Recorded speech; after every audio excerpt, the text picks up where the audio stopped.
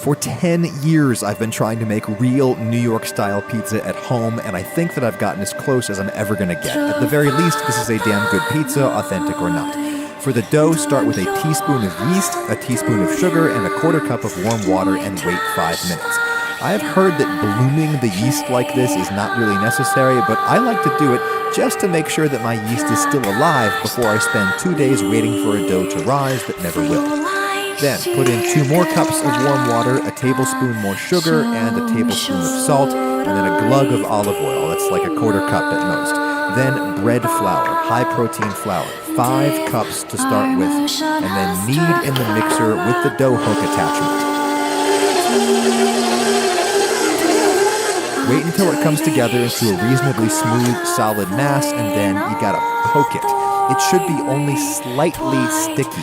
If it's really sticky, add more flour. 5 cups is conservative. You'll know that you've kneaded the dough enough when you can stretch out a little chunk of it so thin that you can see light through it. And this recipe makes 4 pizzas of the maximum size that I can safely bake in my oven, which is 12 to 13 inches in diameter. So I rip the dough into 4 chunks, and then I roll each of those chunks into a smooth, even ball. Their shape really matters, which is why I rise each ball in its own oiled container.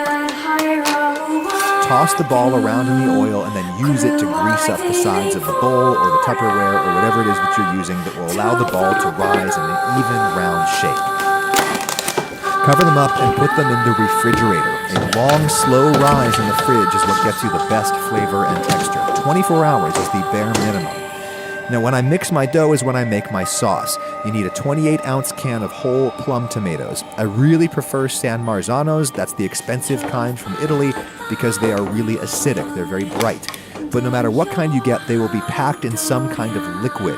I think the liquid is usually ground up, lesser quality tomatoes that tend to taste pretty bitter. So I fish the whole tomatoes out into a bowl and I throw away the liquid. You could just squish them with your hand, but I like a smooth texture, so I use my stick blender. And I put in a pinch of sugar, a glug of olive oil. That really improves the flavor of the olive oil. And then I put in a lot of dried oregano, which I think is the defining herb of New York-style pizza. Finally, I put 2 or 3 tablespoons of tomato paste in. Without the tomato paste, the sauce is never intense enough, though if you put in too much, it spoils that fresh, raw tomato taste that you get from, the plum tomatoes. Tomato paste is, of course, just heavily cooked and reduced tomato sauce. So I stir it up and I add more tomato paste until it looks just thick enough to me. That is enough for 4 pizzas. And I put this in the refrigerator with the dough because I think it tastes better after it sits around for a few days. Like I said, you gotta age the dough for 24 hours at least. This has been in for 48 hours, which I really prefer, though sometimes I age it a whole week. It almost tastes like sourdough when you age it that long. This is my pizza stove. You really need one of these, and you should get the biggest one that'll fit in your oven. In my oven, I get the best results on an upper-middle rack position, though that took some experimenting. Every oven is different. If you have a convection setting, use that. It'll help with the browning of the cheese. Preheat to the highest temperature that your oven's got. No matter how fast it comes up to temperature, let it sit and preheat for 1 full hour. Because this is not just about heating the oven, it's about heating the stone. The stone has got to get rocket hot, and it's very dense, so it takes a while. Preheat for a full hour. Time to think about cheese, and yes, I use string cheese. It is ridiculous, but where I live, this is the only form in which I can get whole milk, low moisture mozzarella. If it's part skim, it won't taste right. If it's not low moisture, the pizza will be soggy. Now, you can probably buy a block of whole milk, low moisture mozzarella in your city. I have to make do with these stupid sticks, but it's not so bad. 6 of them is the perfect amount, 6 ounces for a 12-inch pizza. That's perfect. Then I also grate up some Parmesan or Pecorino to put under the mozzarella layer, which I think is traditional in the higher quality New York-style places. When the oven is ready, get your pizza peel. Yeah, you really need one of these too. Then you have to dust it with something so that the pizza won't stick. Semolina or cornmeal would be traditional, I think, but I have found that coarse ground whole wheat flour works best. It does the job without adding any gritty texture. Now get out your dough ball. That smooth top is going to be the bottom of the pizza because it's more likely to slide off of the peel cleanly.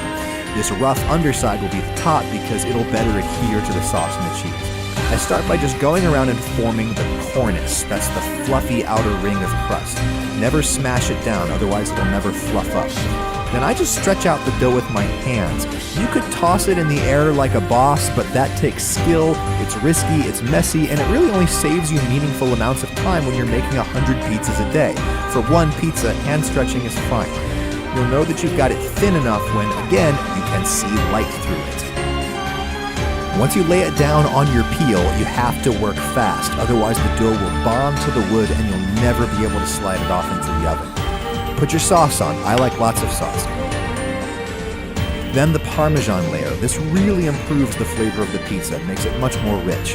Then put on your mozzarella and really take pains to get it on evenly all over, otherwise it won't melt or brown correctly. When you're done, pick up the peel and shake it back and forth to make sure that the pizza is going to release when you take it to the oven. You've got to be able to do this with some confidence, like flipping an egg. This should only take 5 or 6 minutes to bake. The trick is waiting for the cheese to brown, but not so long that the cheese overheats and starts to separate, and you get a lot of that orange grease layer oozing out. Some separation is inevitable, but you can minimize it by not leaving the pizza in there for too long. Rather than use the peel, I like to pull the pizza out with a pair of tongs right onto a cooling rack. Resting the pizza on the rack helps keep it crispy, but also when I've tried resting a hot pizza on my plastic cutting boards, the crust tends to take on the flavor of the dishwasher, which is gross. When it's eating temperature, you're safe to transfer to a cutting board. Now this pizza is only like 12 inches wide, which is way smaller than traditional New York pizza because we just have a normal little home oven, right? But to me, a defining feature of New York pizza is big foldable slices. So I just cut this pizza into quarters. That's a nice big slice. Look how brown the bottom is too, by the way. That's what you get from heating the stone for a long time. So there you go. I really think this gets me very close to my favorite New York style pizzas. If you think you know a better way, seriously, please tell me. I'm sure that I will be working on this for a further 10 years. Hey, here's a bonus. Dave, what are you cooking? Just cook. Okay. With me. What are we gonna make? Pizza bread. Okay. Every time I make pizza, I make a loaf of what my son here calls pizza bread. It is his favorite food, and grown-ups like it too. I take one of these dough balls that I've aged in a wide container so that it can spread out nice and flat. And when you turn it around, you see this spongy, bubbly surface. This is going to get very crispy in the oven. All right, guys. So I just Super Bowl gently Sunday stretch it out into a big Sunday. oval. And then the bottom And I'm becomes feeling the like top. nachos. I Tortilla smear chips, lots of salsa, olive oil guacamole, onto that sour cream, porous black surface. and Then I put on refried pepper, beans, coarse bacon, salt, and jalapeno, garlic diced powder. onion, ground beef, chicken wings, olives, potato skins. Bake in and of the course, oven just like pizza. nacho It's cheese. ready when the top is 12 just ingredients in total. garlic And if I powder counted burns correctly, easy. once It's our very dish light is brown assembled, enough. we will have over There, that 9 spongy surface pounds crisped up of really nachos, nice. clocking in at over I cut this into little 10,000 strips. calories. Bigger chunks, but Oh, these yeah. are just right for Freddie here. Go 49.